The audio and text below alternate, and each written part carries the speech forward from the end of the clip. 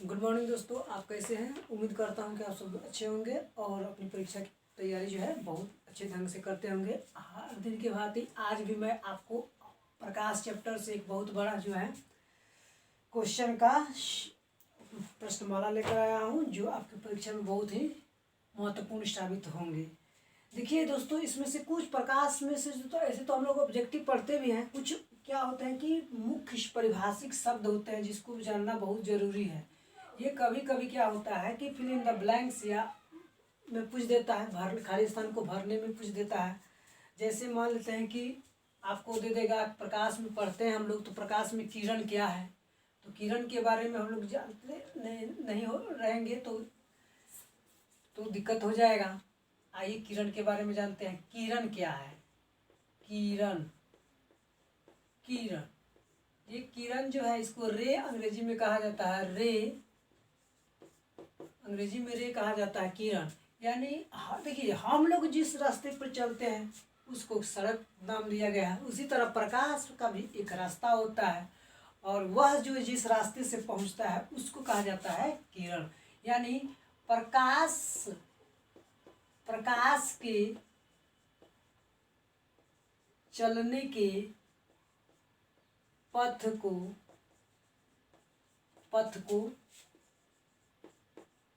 किरण कहते हैं। प्रकाश को चलने के पथ या रास्ता को क्या कहते हैं, किरण कहते हैं। उसी तरह आपको आता है प्रकाश पुंज। प्रकाश पुंज क्या है। प्रकाश पुंज पूछता है। प्रकाश पुंज में जैसे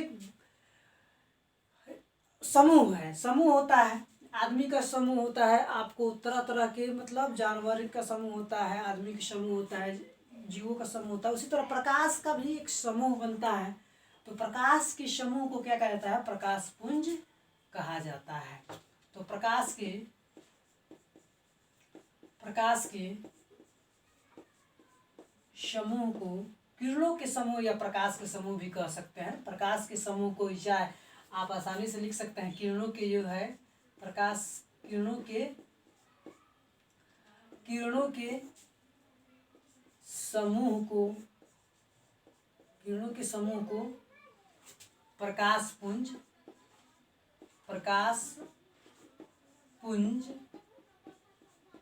या प्रकाश पुंज कहते हैं। प्रकाश पुंज कहते हैं। पुंज मतलब समूह होता है। प्रकाश पुंज मतलब किरणों के समूह को प्रकाश पुंज कहते हैं। और यह किरणों का जो समूह होता है वह जो है 3 भागों में बांट दिया गया है। और 3 भाग क्या होते हैं। पहला भाग होता है आपको अभिसारी किरण पुंज, दूसरा होता है अपसारी किरण पुंज, तीसरा होता है आपको समानांतर किरण पुंज। तो अपसारी किरण पुंज किसे कहते हैं, अभिसारी किरण पुंज किसे कहते हैं, अपसारी किरण पुंज किसे कहते हैं। तो इसमें जो है आपको प्रकाश पुंज 3 तरह के होते हैं। पूछ देगा कि प्रकाश पुंज कितने प्रकार का होता है। तो प्रकाश पुंज जो है मेनली जो है आपको 3 प्रकार का होता है। प्रकाश पुंज मुख्यतः 3 प्रकार के होते हैं। 3 प्रकार के होते हैं। पहला में आपको होता है एक समानांतर किरण पुंज। समानांतर किरण पुंज या प्रकाश पुंज कहते हैं। किरण पुंज।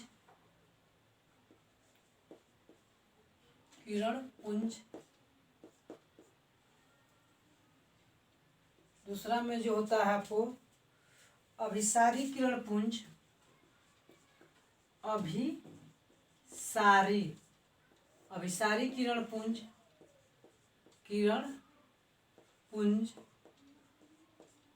तीसरा होता है आपको अपसारी किरण पुंज। अपसारी किरण पुंज।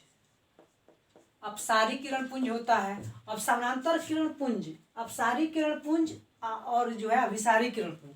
समानांतर किरण पुंज कहता है कि जब किसी स्रोत से निकलकर कोई प्रकाश जो है किरण जो होती है उनमें जब समान अंतर होता है, उन किरणों के बीच जब समान का अंतर रहता है तो उसे कहा जाता है समानांतर किरण पुंज।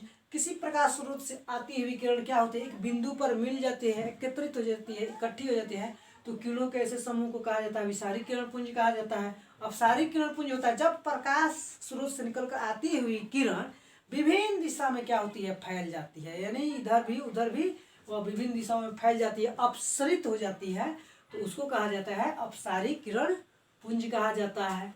चलिए इसको मिटा देते हैं अभी, और भी है क्वेश्चन आपको। उसके बाद आता है आपको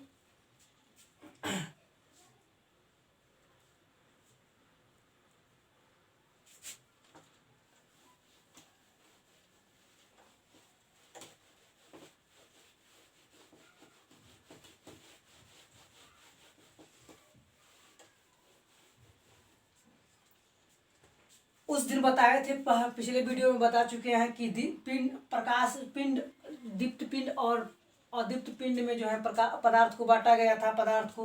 तो अदीप्त पिंड किसे कहते हैं, दीप्त पिंड किसे कहते हैं, इसको भी कुछ परिभाषिक शब्द है, इसको याद कर लियो। अदीप्त पिंड, अदीप्त पिंड, अदीप्त पिंड मतलब होता है कि वैसे वस्तु या पदार्थ, वैसे वस्तु जो प्रकाश का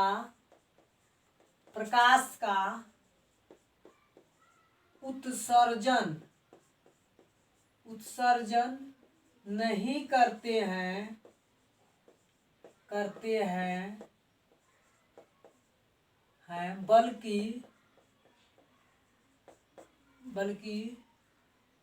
बल्कि दूसरे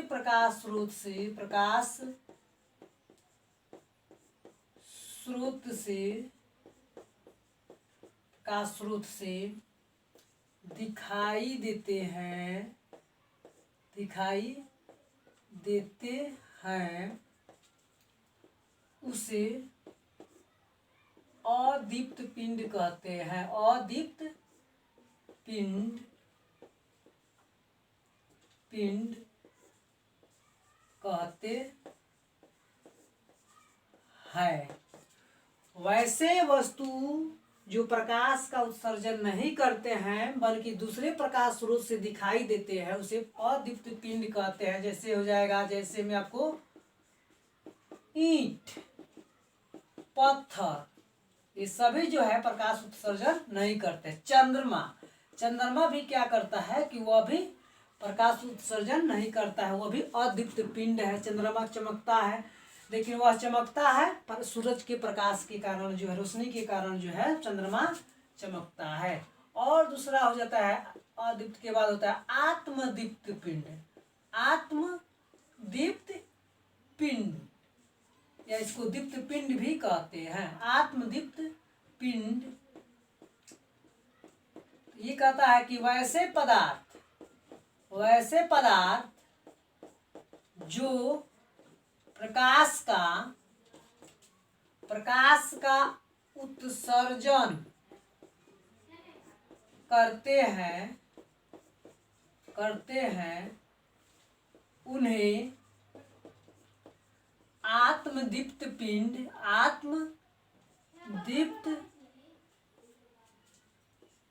कहते हैं। पिंड कहते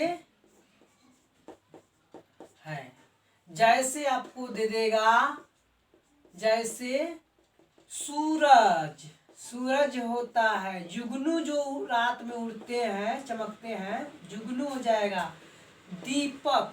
दीपक भी जो है आपको आत्मदीप्त पिंड है, यानी यह स्वयं प्रकाश उत्सर्जित करते रहता है, इसीलिए इसको आत्मदीप्त पिंड कहा जाता है। तो वैसे पदार्थ जो प्रकाश का उत्सर्जन स्वयं करते हैं उसे कहा जाता है आपको आत्मदीप्त पिंड या दीप्त पिंड कहा जाता है। जैसे सूरज है, सूरज हो गया, जुगनू हो गया, आपको दीपक, ये प्रकाश स्वयं उत्सर्जित करते रहते हैं, इसीलिए इसको आत्मदीप्त पिंड या दीप्त पिंड कहते हैं। वैसे और अदीप्त पिंड कहता है कि वैसे पदार्थ जो प्रकाश का उत्सर्जन स्वयं नहीं करते हैं बल्कि दूसरे प्रकाश स्रोत से दिखाई देते हैं, उसको अदीप्त पिंड कहते हैं। जैसे किताब है, किताब जो है हमको दिखाई देता है, चमकता है, नहीं देता है, लेकिन वह जैसे ही हम टॉर्च जलाते हैं वह किताब जो है दिखाई देने लगता है। टेबल है, टेबल पर प्रकाश स्रोत नहीं है, वो प्रकाश का उत्सर्जन नहीं करता है, लेकिन जैसे ही प्रकाश और हम लोग बल्ब जलाते हैं, टॉर्च जलाते हैं, टेबल दिखाई देने लगता है। ईंट दिखाई देने लगता है, अंधेरा जैसे आप बल्ब हटा देंगे, आपको रोशनी हटा देंगे, वो दिखाई नहीं देता है। इसीलिए जो है उसको अदीप्त पिंड कहा जाता है। ये जो है अदीप्त पिंड अपने आप जो है स्वयं प्रकाश उत्सर्जन नहीं करते हैं, इसीलिए इसको अदीप्त पिंड कहा जाता है। चंद्रमा भी अदीप्त पिंड है, बहुत बार पूछ चुका है कि चंद्रमा कैसा पिंड है, तो यह अदीप्त पिंड कहलाता है, क्योंकि यह जो है आपको प्रकाश का उत्सर्जन नहीं करता है। यह क्या होता है कि यह जो है सूर्य के प्रकाश के कारण जो है दिखाई देता है। पूछ देता है कि चंद्रमा क्यों चमकता है, तो सूर्य के प्रकाश के कारण जो है चंद्रमा चमकता है या दिखाई देता है। उसके बाद आपको आ जाता है आगे आवर्धन। आवर्धन आवर्धन बहुत बार पूछता है। आवर्धन का आपको मात्रक पूछ देगा, अब ढूंढते रहिए मात्रक क्या होगा आवर्धन का, या आवर्धन का व्यंजक पूछ देगा कि आवर्धन का व्यंजक बताइए, आवर्धन का सूत्र दे देगा कोई और कहेगा इसमें निम्नलिखित में कौन आवर्धन का सूत्र है। तो आवर्धन सबसे पहले होता क्या है, ये जो आवर्धन है, आवर्धन मतलब क्या होता है, बड़ा आवर्धन। तो इसमें क्या होता है कि प्रतिबिंब की ऊंचाई, इसको जो है आवर्धन में आवर्धन आवर्धन आवर्धन कहता है कि प्रतिबिंब प्रतिबिंब प्रतिबिंब की ऊंचाई तथा वस्तु की ऊंचाई के अनुपात को आवर्धन कहते हैं।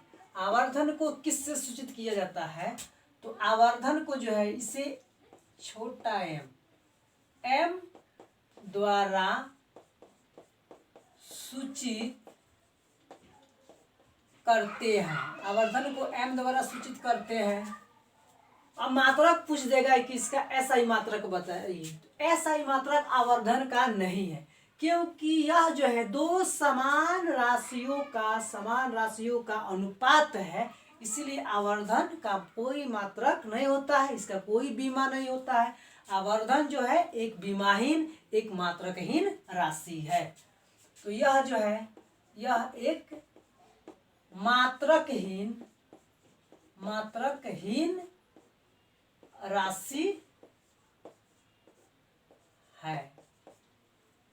आवर्धन से सूत्र देता है m बराबर होता है -v/u। ये गोलीय दर्पण में जो है m बराबर क्या होता है, -v/u होता है। आपको एक सूत्र दे देगा, आपको m बराबर जो होता है आपको 1 - v/f होता है। m का यही m का सूत्र दे देगा, आपको m दे देगा और 1 - v खाली दे देगा, कुछ नहीं देगा, यहाँ पर भरने के लिए दे देगा, तो यहाँ पर भरना है। तो जानेंगे जब m बराबर क्या होता है 1 - v/f भी होता है, और इसी m बराबर जो होता है -v/u होता है। तो इसको जो है आपको ऑब्जेक्टिव क्वेश्चन में ऐसा क्वेश्चन पूछ सकता है, इसलिए इसको जो है हम छोड़ नहीं सकते हैं।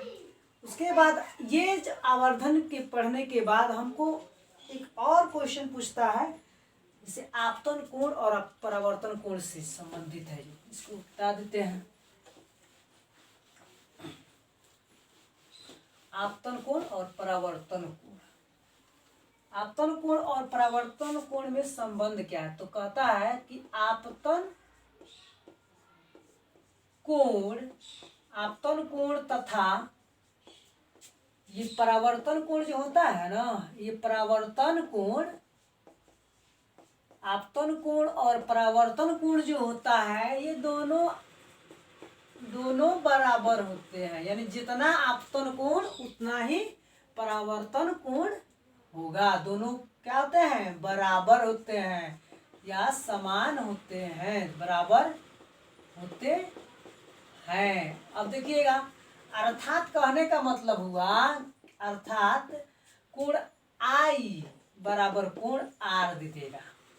कोण आई और कोण आर, तो आपतन कोण को आई से सूचित किया जाता है, परावर्तन कोण को आर से सूचित किया जाता है।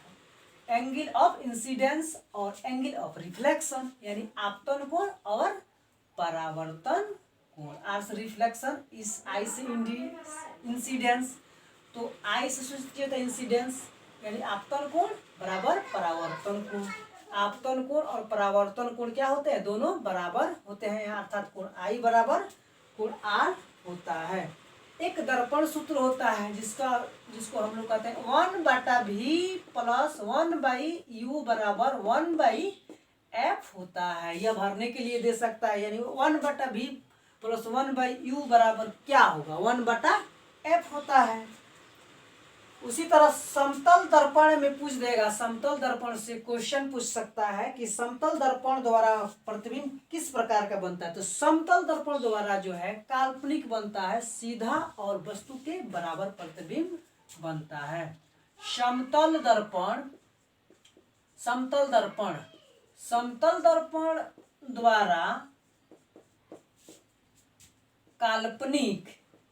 काल्पनिक प्रतिबिंब बनेगा। आप लोग जानते हैं कि जब भी काल्पनिक होगा वह क्या होगा? सीधा होगा। हर हाल में क्या होगा? जब काल्पनिक होगा तो सीधा होगा।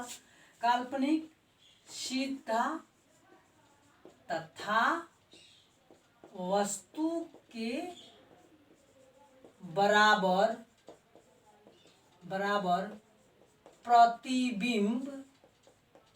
प्रतिबिंब बनता है। समतल दर्पण द्वारा जो है वस्तु का काल्पनिक सीधा और वस्तु के बराबर प्रतिबिंब बनता है। अगला क्वेश्चन आपको समतल दर्पण के बारे में थोड़ा जान लेते हैं। तो समतल दर्पण कहता है कि वैसा दर्पण जिसका परावर्तक सतह क्या होता है? समतल होता है। यानी आपको परावर्तक सतह क्या होना चाहिए? ऐसे होना चाहिए, समतल, एक बराबर समतल में होना चाहिए। इसी को कहा जाता है समतल दर्पण कहा जाता है। और इसके सामने जब वस्तु ले जाएंगे ना, तो वस्तु क्या होगा? वस्तु प्रतिबिंब जो होगा वस्तु के ठीक बराबर होगा, काल्पनिक होगा और वस्तु के से सीधा दिखाई दे। जैसे वस्तु होगा वैसे ही प्रतिबिंब बनेगा और यह काल्पनिक प्रतिबिंब बनेगा, वस्तु के साइज में बराबर भी होगा। इसके बाद हम लोग अवतल दर्पण में पढ़ते हैं कि अवतल दर्पण में क्या होता है। तो अवतल दर्पण में जो है, अवतल दर्पण में क्या होता है? अवतल दर्पण में काल्पनिक वास्तविक दोनों प्रकार के प्रतिबिंब बनता है। अवतल दर्पण में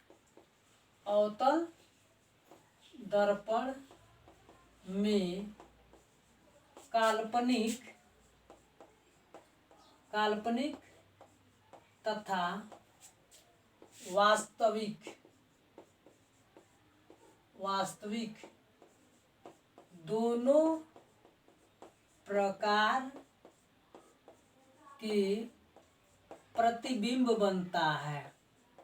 प्रतिबिंब बनता है। अवतल दर्पण में काल्पनिक तथा वास्तविक दोनों प्रकार का प्रतिबिंब बनता है। तो अवतल दर्पण के जब सामने होगा ना, ऐसे अवतल दर्पण होता है। जब अवतल दर्पण के ऐसे होता है, वस्तु को क्या किया जाता है? हमेशा बाईं तरफ रखा जाता है। और जब बाईं तरफ, ऐसे आपको प्रधान अक्ष हो गया, जब बाईं तरफ रखेंगे, जब वस्तु क्या होगा कि दर्पण के सामने होगा तो वह वास्तविक प्रतिबिंब बनेगा। लेकिन वही वस्तु जब क्या होगा, दर्पण के पीछे प्रतिबिंब जो है जब पीछे बनेगा तो वह क्या होगा कि आपको प्रतिबिंब जब पीछे बनेगा तो वह काल्पनिक प्रतिबिंब बनता है। अवतल दर्पण है। जब सामने होगा प्रतिबिंब तो क्या होगा? दर्पण के सामने बनेगा तो वह वास्तविक होगा, दर्पण के पीछे होगा तो वह क्या हो जाएगा? काल्पनिक प्रतिबिंब बनता है। बस आज की क्लास में इतना ही। इसके बाद जो है कल हम अगला क्लास लेंगे।